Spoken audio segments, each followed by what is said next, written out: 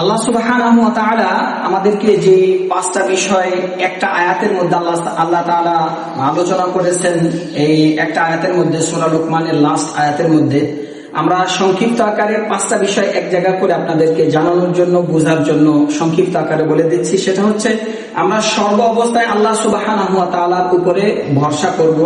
এক নাম্বার। দুই নাম্বার হচ্ছে আমরা নামাজ কায়েম করব, আমাদের অবশ্যই নামাজ কায়েম করতে হবে। তিন নাম্বার হচ্ছে গুনাহ থেকে আমাদেরকে সকলকে তওবা করে ফিরে আসতে হবে। চতুর্থ নাম্বার হচ্ছে আমরা সর্ব অবস্থায় হালাল রিজিক উপার্জন করার জন্য চেষ্টা করব। এবং পঞ্চম যে বিষয়টা, সেটা হচ্ছে আমরা মৃত্যুর জন্য সর্ব অবস্থায় সকল সময়ে আমরা প্রস্তুত থাকবো ইনশাআল্লাহ। আর আমরা যদি এই পাঁচটা কাজ করতে পারি তো ইনশাআল্লাহ আমরা ইমানি হালাতে মৃত্যুবরণ করতে পারবো। আর ইমানি হালাতে মৃত্যুবরণ করলে বুঝতেই পারছেন, আল্লাহ সুবহানাহু ওয়া তাআলা আমাদের জন্য জান্নাতের সকল দরজা সমূহগুলো আমাদের জন্য খুলে দেবেন। ইনশাআল্লাহ আমরা জান্নাতের মধ্যে চলে যাইতে পারবো ইনশাআল্লাহ।